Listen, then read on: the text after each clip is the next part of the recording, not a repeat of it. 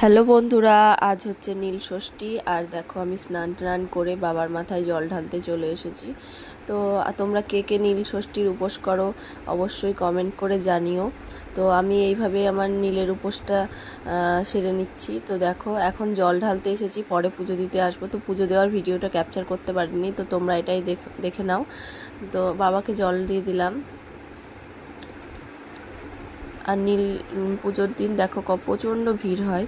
তারপর আরও যে মানে যে ঠাকুরগুলো ছিল সব জায়গায় গিয়ে আমি জল দিচ্ছিলাম। এখানেও প্রচণ্ড ভিড়, তো আজকে সব জায়গাতেই ভিড় হবে। তো এখানেও মানে ঠেলা মারামারি করে আর কি জল ঢালতে হচ্ছিলো।